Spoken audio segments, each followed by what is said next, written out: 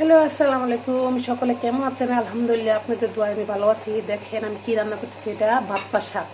আমাদের গ্রামের ভাষায় বলে বাত্তা শাক, অনেকে বলে বত্তা শাক। এক এক জনের বাসায় এক এক অঞ্চলে এক এক কথা বলে।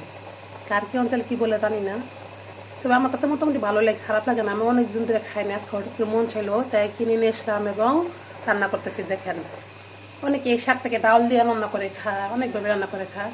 আমরা তবে বেশিরভাগই আমরা শাকটা ভাজি খাই। অনেকে আছে তরকারি ঝুল বানায় খায় শাক দিয়া, আমরা ওইভাবে খাই না। বেশিরভাগ আমরা শাকটা ভাজি পছন্দ করি, আমাদের কাছে ভাজিটাই বেশি পছন্দ। দেখেন আমাদের গ্রামে মানে কীভাবে বাত্তা শাক ভাজি করে, অবশ্যই সঙ্গে থাকবেন এবং দেখবেন।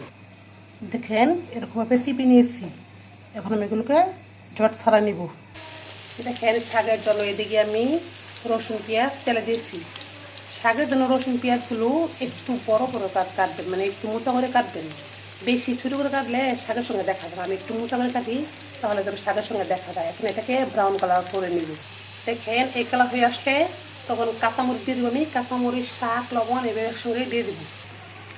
দেখেন ওর মতো লবণ দিচ্ছি, এখন কাঁচামরিচ দিব, শাক দিচ্ছি, এখন এটাকে উল্টাপাল্টা করবো।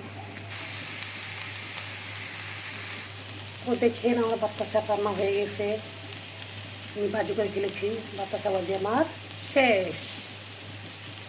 কে কীভাবে রান্না করে খান নাকি ভাজি করে খান অবশ্যই কমেন্টে কিন্তু জানাবেন। আসসালামু আলাইকুম।